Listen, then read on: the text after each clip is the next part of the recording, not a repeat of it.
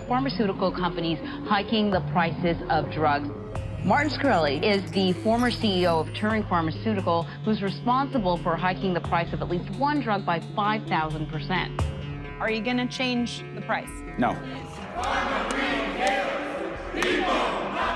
The United States pays more for drugs than any other country. They're profiting from what is fundamentally a broken system. Richer and more powerful than ever, underpinned by its influence networks, the pharmaceutical industry stands unchallenged in its ability to dictate government health policies. FDA went from an agency that was supposed to really police this industry to an agency that would need to provide the industry with good customer service. When you think of Big Pharma, what comes to mind? A slick CEO in a boardroom? Or maybe those endless TV ads listing side effects that sound worse than the disease itself? Perhaps it's that little jingle at the end of the commercial. You know, the one that's supposed to make you feel all warm and fuzzy about the drug you're taking, but in the end, it just might make your hair fall out while it's curing your disease. The pharmaceutical industry in the US is a behemoth, one that's as controversial as it is powerful. It's an industry that has made its billions by promising to cure what ails us, while often causing a whole new set of problems in the process. From life-saving vaccines to the opioid crisis, Big Pharma's influence is as vast as it is deep, and it's left a mark on every aspect of American healthcare. But let's face it, Big Pharma is the shadowy figure lurking behind the curtain of your doctor's office, the puppeteer pulling the strings of American healthcare. It's an industry that's as essential as it is reviled, offering miracle drugs that save lives while simultaneously driving millions into debt. So how did we get here? How did the industry meant to heal us become the one that many believe is making us sicker? In this video, we're going to peel back the layers of the pharmaceutical industry, tracing its rise from humble beginnings to the multi-trillion-dollar juggernaut that it is today. We'll explore how Big Pharma got its start, the questionable tactics it uses to maintain its dominance, and the devastating impact it's had on both patients and the healthcare system as a whole. And of course, we'll do it all with a healthy dose of dark humor, because sometimes laughing is the only way to keep from crying. So buckle up, because we're about to take a deep dive into a world where the cure can sometimes be worse than the disease, and where your health isn't always the bottom line. My name's Mark, and welcome to my channel. I make deep dives into the dark world of money, power, and business, empowering you, my cherished viewer, with all the tools you need to take control of your future. Be sure to hit the like button and subscribe. And hit the bell icon as to not miss out on my weekly uploads. These videos take quite a while to make, so your support is greatly appreciated. Now tap in, and I'll explain. In 2002, as the dangers of OxyContin became clearer, eventually it stopped working. It was probably the most unbelievable, excruciating, horrible time of my life. Before Big Pharma became the multi-headed hydra it is today, it had a far humbler and far sketchier beginning.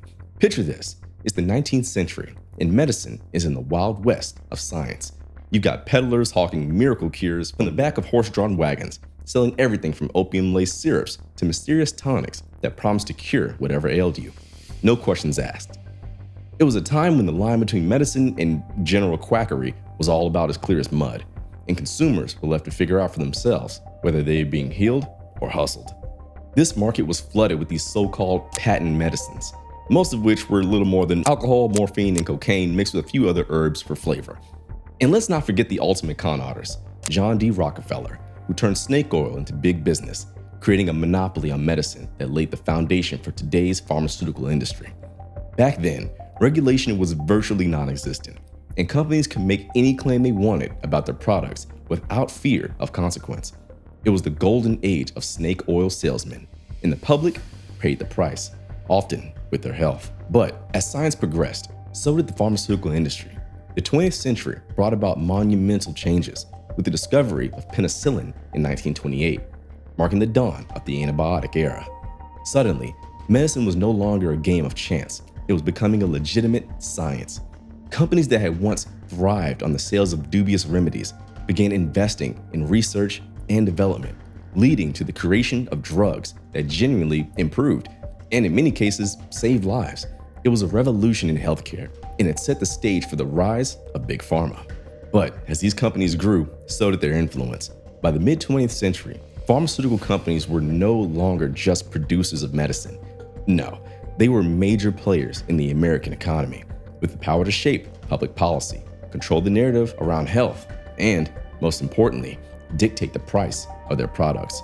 This was the beginning of Big Pharma as we know it, a tightly controlled, immensely profitable industry that would stop at nothing to protect its bottom line. If there's one thing Big Pharma knows how to do, it's market a product. In the world of pharmaceuticals, marketing isn't just about getting doctors to prescribe a drug. No, it's about creating demand for it in the first place. Enter direct-to-consumer advertising, a practice that's almost exclusively American because who needs universal healthcare when you've got TV ads for the latest wonder drug? You see, these ads are as ubiquitous as they are persuasive, featuring happy, active people living their best lives, thanks to the latest pill, of course, while a soft-spoken narrator quickly rattles off a list of side effects that sound like the plot of a horror movie, and a bad one at that. But these ads just aren't about selling a drug, they're selling hope. The idea that with the right medication, you too can live free of pain, depression, anxiety, or whatever else that's holding you back. It's a powerful message, and it's one that's been incredibly effective. The US is one of the largest consumers of prescription drugs in the world, with millions of Americans taking multiple medications daily. And it's not just the elderly who are pill popping. Young adults are increasingly medicated too, often for conditions that were barely on the radar a few decades ago.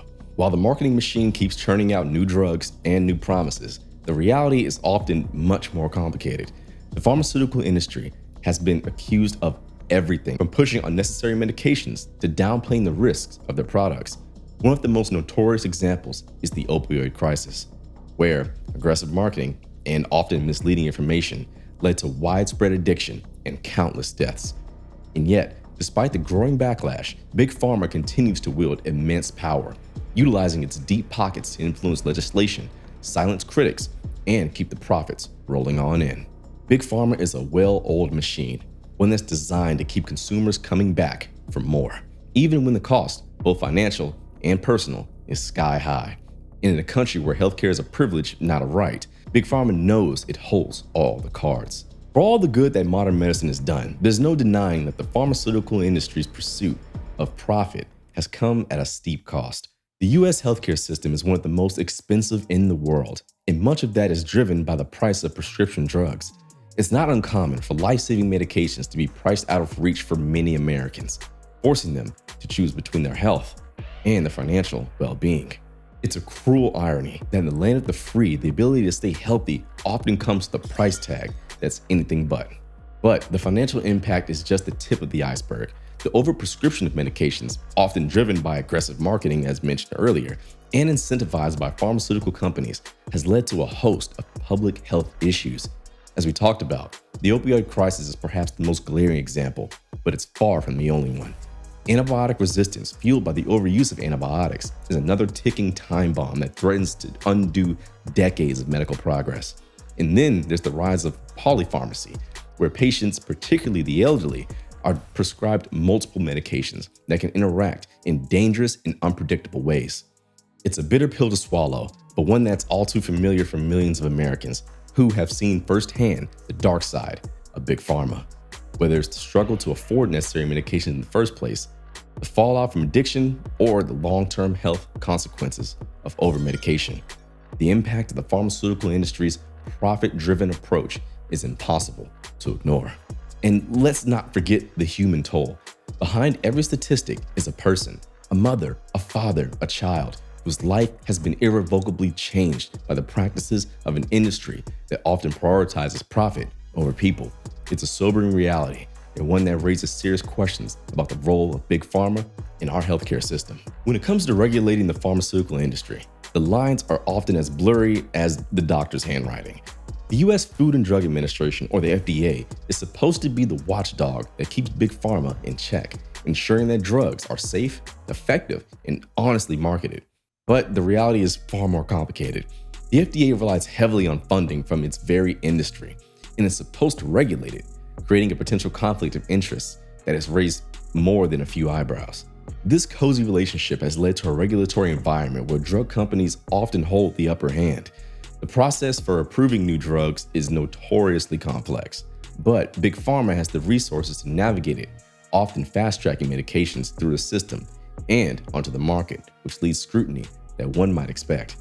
Once a drug is approved, the The FDA's ability to control its marketing and pricing is limited at best.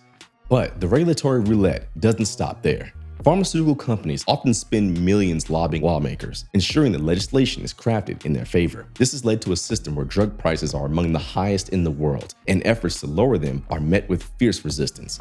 It's a game of cat and mouse, with the health and well-being of the American public often hanging in the balance. Then there's the issue of patent law. Big Pharma has mastered the art of evergreening, a practice where companies might make slight modifications to existing drugs to extend their patent protection and keep their generic versions off the market. It's a legal loophole that allows drug companies to maintain a monopoly on high-priced medications at the expense of patients who are left paying the price. So, who's really in control? Is it the regulators who are supposed to protect the public, or is it Big Pharma with its deep pockets and powerful influence? The answer, unfortunately, seems all too clear. So, where does that leave us? The rise of Big Pharma has been a double-edged sword. On one hand, the pharmaceutical industry has brought about incredible advancements in medicine, improving and extending countless lives and lifespans. On the other hand, it's also created a system where profit often takes precedence over people, and the consequences of that are all too real. As consumers, we're caught in the middle, navigating a healthcare system that's increasingly difficult to afford, and a pharmaceutical industry that's more interested in its bottom line than our well-being. But the news is that change is possible. By staying informed, advocating for better regulations, and pushing back against the relentless marketing machine, we the people can begin to take control of our health and our wallets. In the end, the true cost of healing shouldn't be measured in dollars or cents. It should be measured in lives saved, pain relieved, and futures made brighter. And that's something worth fighting for. If you enjoyed this deep dive into the history of Big Pharma, be sure to hit the like button, subscribe, and hit the bell icon. Let's not miss out on my weekly uploads. These videos take quite a while to make, write, produce, and edit, so your support is greatly appreciated. As always, my name's Mark. You've been great. Stay dangerous, and I'll see you in the next one.